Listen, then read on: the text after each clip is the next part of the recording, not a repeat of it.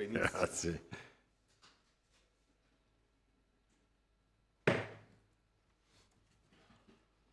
Grazie innanzitutto a tutti voi che siete venuti qui a ascoltarmi e grazie anche a chi mi segue da remoto.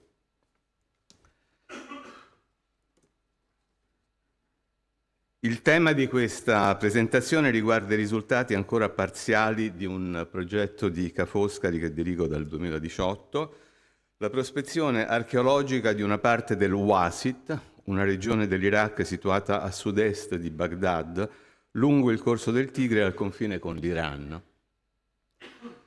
Nell'ambito di questa prospezione il dato di maggiore interesse riguarda un'area limitata che abbiamo potuto identificare attraverso una serie di scoperte epigrafiche con il territorio dell'antico regno di Malgum e la sua omonima capitale.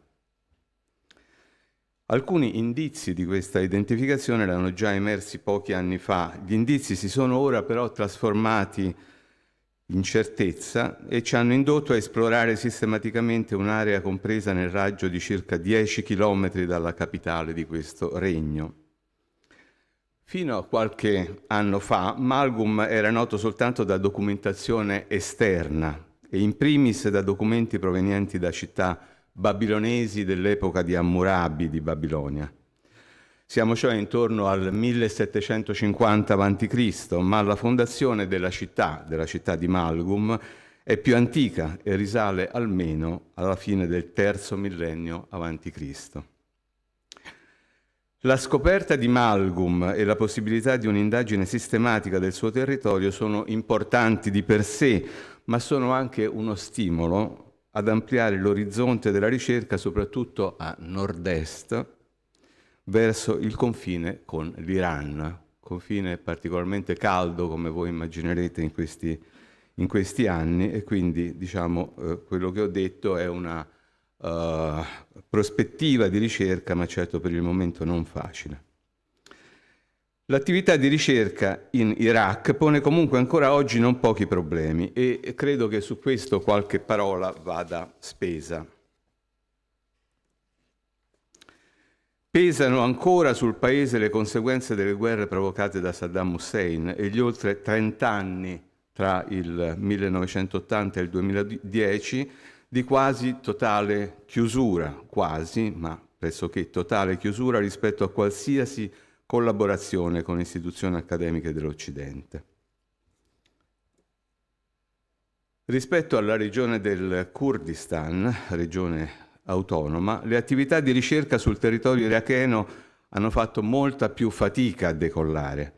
Stessa cosa si può dire dell'Università e del Museo dell'Iraq a Baghdad, in fase di riallestimento dal 2014 dopo un lungo periodo di chiusura.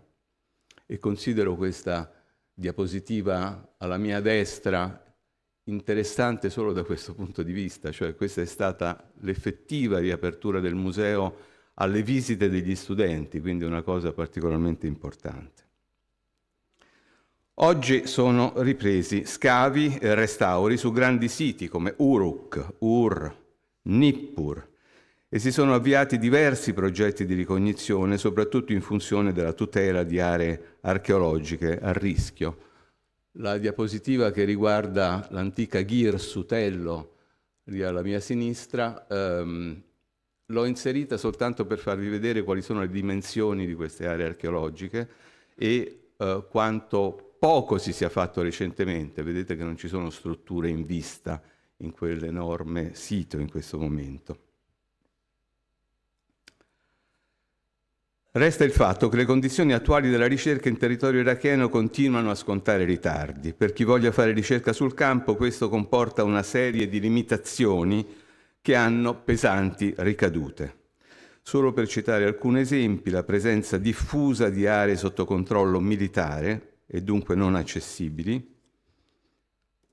o l'obbligo di scorta armata nell'attività di ricognizione, sia durante gli spostamenti sia durante le attività di cantiere. Altrettanto seri sono poi i problemi connessi al degrado dei siti e alle difficoltà di reperire cartografie aggiornate e documentazioni d'archivio. Ma Torniamo ora al progetto di cui vi ho parlato in apertura. Il progetto è nato a Ca' Foscari nel 2018, quindi in anni recenti, ed è da quest'anno un progetto congiunto delle Università di Venezia e Firenze. È nato sulla base di considerazioni di carattere sia storico sia archeologico che riguardano una regione dell'Iraq rimasta finora ai margini della ricerca.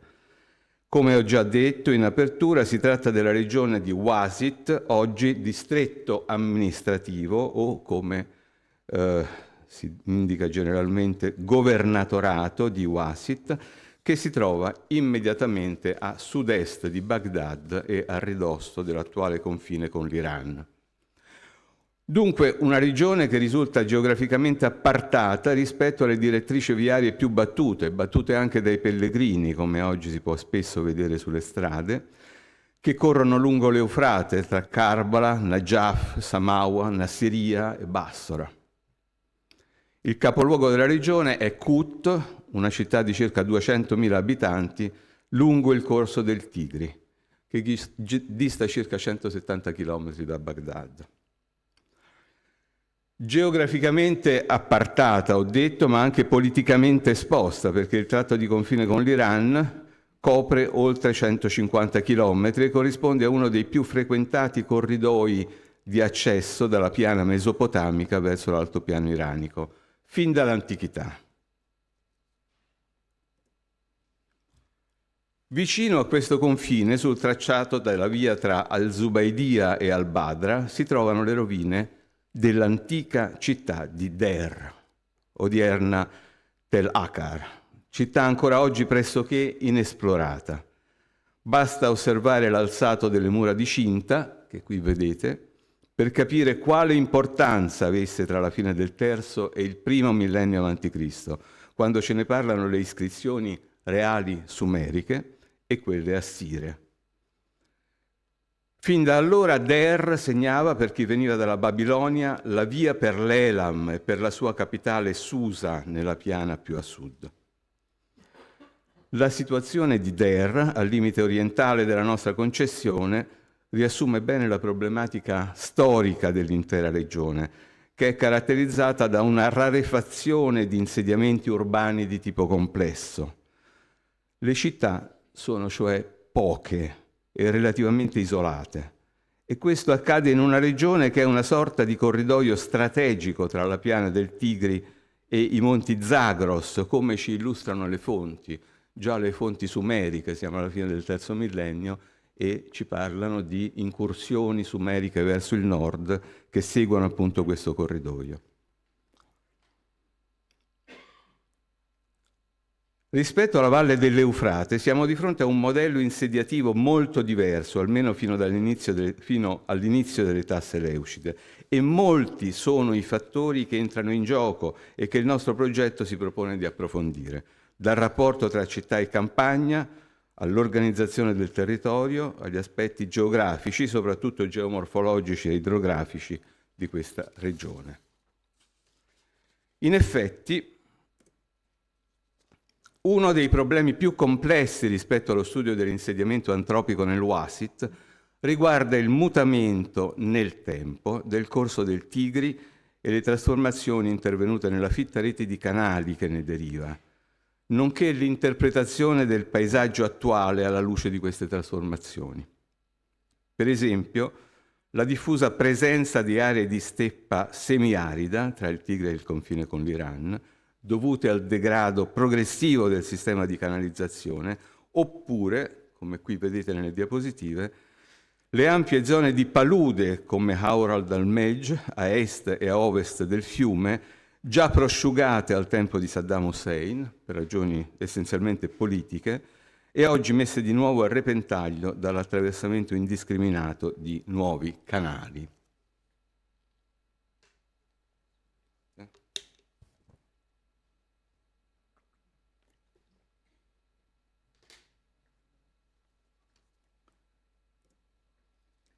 Le attività di ricognizione archeologica nel Wasit che hanno preceduto la nostra sono state molto limitate. La missione dell'Oriental Institute di Chicago ha esplorato verso la metà del secolo scorso parte del territorio a sud-ovest di Baghdad e a ovest di Kut, ma in modo non sistematico.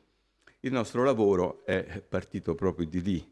L'obiettivo è quello di ricostruire le vicende dell'insediamento antropico nella regione, integrando fonti storiche e analisi delle evidenze archeologiche di superficie, sia quelle raccolte attraverso ricognizione autoptica, sia quelle raccolte attraverso l'analisi dei dati telerilevati.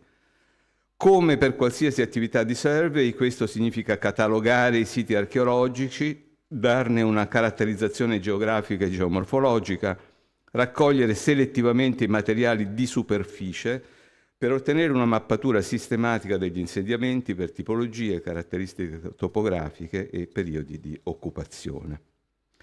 L'ambito cronologico della ricerca copre un arco di tempo molto ampio, di fatto 4 millenni, tra metà del IV millennio a.C. fino all'età islamica. Durante le 4 campagne di attività sul campo, la missione ha concentrato il suo lavoro nella zona a nord e a nord-ovest di Kut, con la ricognizione sistematica di 129 siti archeologici, prevalentemente a ovest del Tikri, nei distretti di Nomania, Zubaydia, Sheimia, Suweira, che qui vedete nella mappa. A questi poi si aggiungono circa 350 siti identificati sulla base dell'analisi di immagini satellitari di vecchia e nuova generazione. I siti campionati sul terreno sono per il 70% multiperiodo, oltre il 60% può essere datato tra il periodo partico e quello islamico, circa il 25%, e sono forse più interessanti, rientra cronologicamente tra la metà del III millennio e i primi secoli del II millennio a.C.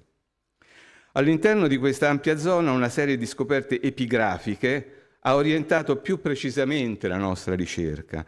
Uno dei siti della ricognizione, cioè il sito di Tel Yassir, che lì vedete indicato da una freccia, circa 30 km a nord-ovest di Numania, è infatti risultato essere il principale centro, la capitale, diciamo così, del regno di Malgum, un regno ampiamente citato dalle fonti sumeriche e babilonesi e finora non localizzato. A suggerire l'identificazione vi sono un gruppo di iscrizioni su mattoni d'argilla trovate in superficie da un team iracheno e quelle ancora più numerose trovate dalla nostra missione nel corso di più campagne. La città di Malgum, insieme a quella di Igri-Sagrig, le vedete indicate qui dalle 2 frecce, un altro sito chiave, questo di Igri-Sagrig per questa regione, sono tasselli fondamentali per ricostruire le relazioni economiche e politiche di questa parte della Mesopotamia nella seconda metà del III millennio a.C. Da Irisagrig, in particolare, provengono migliaia di tavolette cuneiformi con contenuto di vario genere, amministrativo ma anche letterario, acquistate sul mercato antiquario, ma la città non è stata ancora identificata sul terreno, con certezza. Un'ipotesi è che corrisponda al sito di Tel Wilaya, lo vedete lì nella freccia, indicato dalla freccia, un grande sito oggi sconvolto da fosse e saccheggi circa 40 km a sud di Malgum, e queste fosse potete vederle chiaramente in questa fotografia che ho scattato qualche anno fa. Per quanto riguarda Malgum, la maggior parte delle informazioni che ne abbiamo si ricava da lettere e documenti amministrativi trovati negli archivi di altre città contemporanee, Mari, Uruk, Larsa, eccetera. Questi ci informano sul ruolo economico e politico svolto da Malgum rispetto ad altri regni coevi, soprattutto Babilonia, quando Hammurabi ne era sovrano. Gli archivi della città di Mari, per esempio, una città sul Medio Eufrate, conservano lettere nelle quali si parla di truppe inviate a più riprese contro Malgum. Altri regni confinanti dichiarano soddisfazione per le sconfitte di Malgum, ma in definitiva fu Hammurabi di Babilonia a distruggere definitivamente Malgum nel 1761 a.C. Scavi regolari non vi sono mai stati a Tel Yassur, che ora conosciamo appunto come il sito dell'antica Malgum, ma il Tel è stato pesantemente saccheggiato, spero voi possiate vederlo da queste immagini, sono sufficientemente definite. Le sue attuali dimensioni corrispondono per difetto all'area della città antica, oggi tagliata, come vedete, da canali moderni. La dispersione della ceramica dimostra comunque che i limiti del perimetro urbano erano ben oltre la linea di questi canali. Le ultime 2 campagne della nostra survey ci hanno fornito dati molto interessanti sulla caratterizzazione di questo centro urbano in rapporto al suo territorio, sia il territorio limitrofo, compreso cioè in un raggio di 2-4 km dal sito, sia quello a maggiore distanza dal centro, fino a 10 km. Il sito di Malgum VS031 lo vedete indicato da una freccia qui. Un primo elemento interessante riguarda la dimensione ridotta della città rispetto ad altre capitali coeve, che raggiungono le capitali di questo periodo fino ai 100 ettari di dimensioni. In questo caso abbiamo invece una città di circa 15 ettari, considerando la superficie totale del Tel. Un secondo elemento riguarda la presenza di un certo numero di insediamenti di modeste dimensioni, dai 3 ai 5 ettari, a breve distanza da Tel Yassir, che a giudicare dai ritrovamenti epigrafici e dall'analisi della ceramica di superficie possono essere datati allo stesso periodo. È evidente che almeno alcuni di questi piccoli insediamenti satellite dovevano ospitare edifici di carattere amministrativo. Per quanto riguarda l'impianto urbano e la topografia del sito, i dati più interessanti sono venuti dall'analisi combinata dei dati ceramici sulla base di una raccolta intensiva e non a campione della ceramica di superficie. Qui vedete i transetti dove sono stati operate questa raccolta. Dati ceramici, dicevo, i dati satellitari e delle ortofoto ricavate dalle immagini prese dal drone. La conclusione è che l'insediamento di età sumerica e poi antico babilonese si estende all'intera superficie del sito. Le iscrizioni. Le iscrizioni ci parlano dell'esistenza di 2 edifici pubblici nella città, in questa città di Malgum, cioè un palazzo e un tempio. Il tempio era probabilmente situato, perché, ripeto, scavi qui non ne sono stati fatti, e quelle fosse che voi vedete in superficie una accanto all'altra sono l'esito dei saccheggi di questi ultimi 20 anni, diciamo. Il tempio era probabilmente situato nella porzione centrale e relativamente più elevata del Tel, dove gli scavi clandestini sono stati intensi e distruttivi. Da qui proviene in effetti l'iscrizione reale di un sovrano di Malgum, un certo Taki-Lilissu, che celebra il restauro dell'edificio. Il testo è scritto in lingua accadica, ve ne vedete qui una foto e una trascrizione, sulla superficie di un mattone pubblicato recentemente. È una cosa abbastanza inconsueta, perché sui mattoni raramente si scrive. Sui mattoni in genere si fanno degli stampi con un'iscrizione che è un'iscrizione celebrativa di un sovrano, ma qui invece hanno utilizzato questo mattone proprio per scrivere materialmente l'iscrizione di Taki-Lilissu. Altri mattoni rinvenuti in quest'area nominano un tempio del sole. Qui invece si nomina il tempio Enamtila. La distribuzione dei frammenti epigrafici trovati in superficie a Tel Yassir conferma non solo l'esistenza di un edificio templare, ma anche quella di un palazzo reale. I frammenti si concentrano infatti nella porzione centrale più elevata del sito, a cui abbiamo fatto riferimento poco fa, e nella zona sottostante, lungo il limite sud, dove probabilmente era collocato il palazzo reale. Quindi un tempio sulla parte più alta del Tel e alla base il palazzo reale.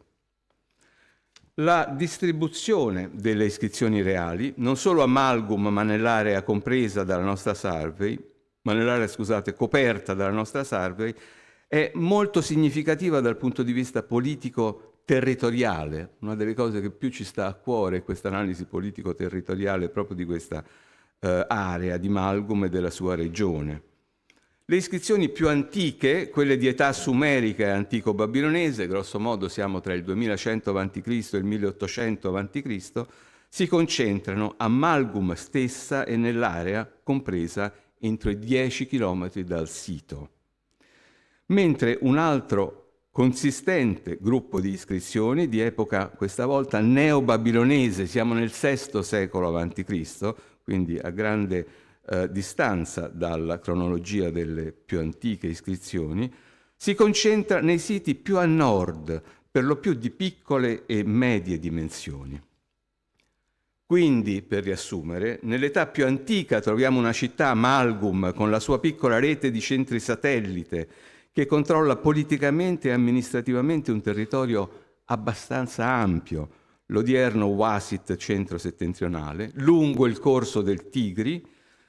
Per l'epoca neo-babilonese, 2 millenni più tardi, si può invece 1500 anni più tardi, si può invece pensare a una serie di piccole piazze forti situate soprattutto nella parte più settentrionale della regione, a supporto di una rete di collegamenti che si estendono da Babilonia verso nord-est e poi lungo e oltre il Tigri, verso l'Elam, verso l'odierno Iran. Io non sto a fermarmi su questo, ma gran parte della problematica politico-territoriale di cui io sto parlando è comune a quanto vediamo oggi nei rapporti tra Iran e Iraq e al tipo di insediamenti grandi, piccoli, medi che anche oggi sono presenti su questo territorio. Un quadro non diverso si ottiene guardando alla distribuzione della ceramica, ma su questo non posso qui dilungarmi, è un discorso molto tecnico. Poco ho detto finora di quanto può essere ricavato riguardo alle vicende storiche di Malgum dal complesso delle iscrizioni ritrovate in superficie a Tel Yassir o in questa area limitrofa che abbiamo studiato.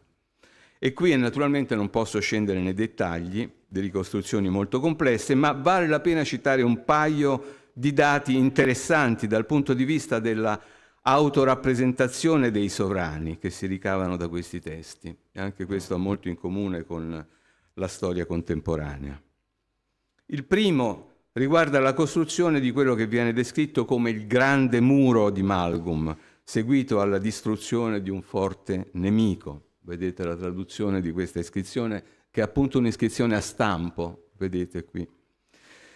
Il secondo riguarda invece il nome finora sconosciuto, scelto da uno dei sovrani della città, che è il nome di Naram Sin, in ricordo e forse anche ad emulazione delle gesta di uno dei più celebri sovrani della dinastia di Akkad, vissuto intorno al 2300 a.C., una figura leggendaria nella storia mesopotamica di molti secoli prima.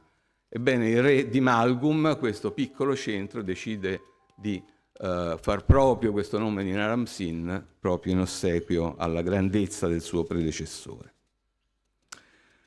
Di Malgum io vi ho parlato a proposito dell'insediamento, del territorio, della consistenza politica, dell'impianto urbano, degli edifici pubblici, ma fin qui niente ho potuto dire rispetto agli aspetti sociali. Uno dei reperti dell'ultima campagna del 2024 ci aiuta però in questo, cioè nella possibilità di individuare a Malgum aspetti di quelle società di corte che caratterizzano gli stati regionali del vicino Oriente a partire dalla fine del terzo millennio a.C.